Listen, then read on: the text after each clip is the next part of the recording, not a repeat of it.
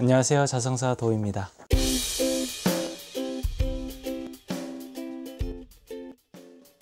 오늘은 열반 제일에 대해서 말씀드리려고 합니다.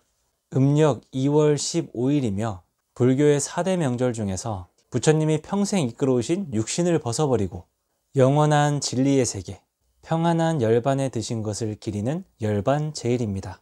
그래서 부처님 열반의 의미와 함께 우리가 배울 수 있는 것은 무엇인지 알아보는 시간이 되었으면 좋겠습니다.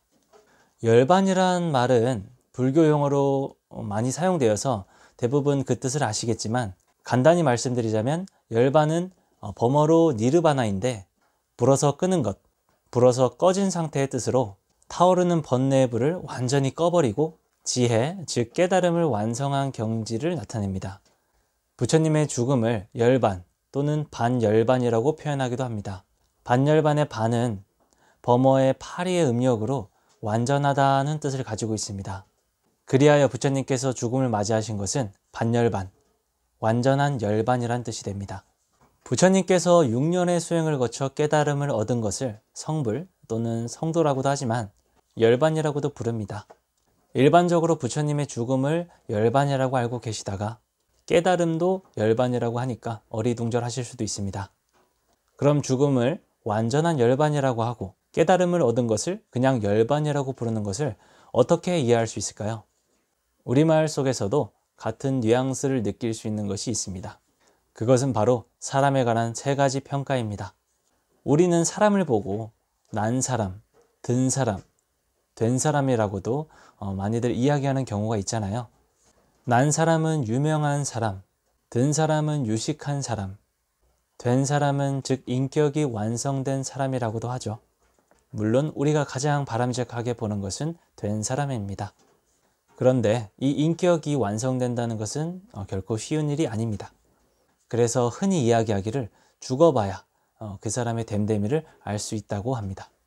인격을 완성하신 부처님도 살아계신 동안에는 육신을 보호, 유지하기 위한 기본적인 욕구를 충족해야 하는 불완전한 상태였지만 죽음의 상태에서는 그럴 필요가 없으므로 완전한 깨달음에 이룰 수 있다는 것입니다.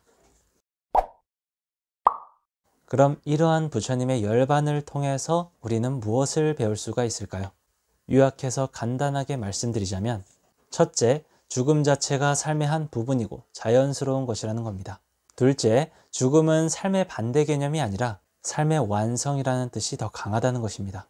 셋째, 최후의 순간까지 중생구제를 위해 애쓰시는 부처님의 사랑을 알 수가 있습니다. 넷째, 부처님은 일체의 모든 중생을 신하들처럼 똑같이 사랑하신다는 것을 알 수가 있습니다. 다섯째, 일체의 모든 중생이 다 부처님이 될 성품, 즉 불성을 지녔다는 것입니다.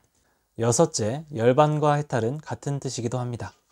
이제 우리는 부처님의 열반의 깨달음을 배웠으니 죽음에 대해 어떤 자세를 가져야 하는지 알아보겠습니다. 첫째, 죽음에 관해서 분명하게 알아야 합니다. 헤이그에서 장렬히 사망한 이준열사는 죽어도 죽지 아니함이 있고 살아도 살지 아니함이 있다. 그릇 살면 죽음만 갖지 못함이 있고 잘 죽으면 도리어 영생한다. 살고 죽는 것이 다 나에게 있나니 모름지기 죽고 삶을 힘써 알라고 했습니다. 둘째, 죽음을 아름답게 승화시킬 수 있어야 합니다. 부처님처럼 담담하고 교훈적으로 죽을 수도 있고 이준열사처럼 순국적으로 죽을 수도 있습니다. 그런 반면 아무도 보지 않는 들에서 피어나 조용히 죽어가는 들꽃처럼 죽을 수도 있습니다. 아니면 죽는 순간까지도 내려놓지 못하고 이것저것 다 집착하여 요란하게 죽을 수도 있습니다. 올바른 열반을 이해한 지혜로운 사람이라면 어떠한 죽음을 맞이할지는 본인이 이미 잘 알고 있을 겁니다.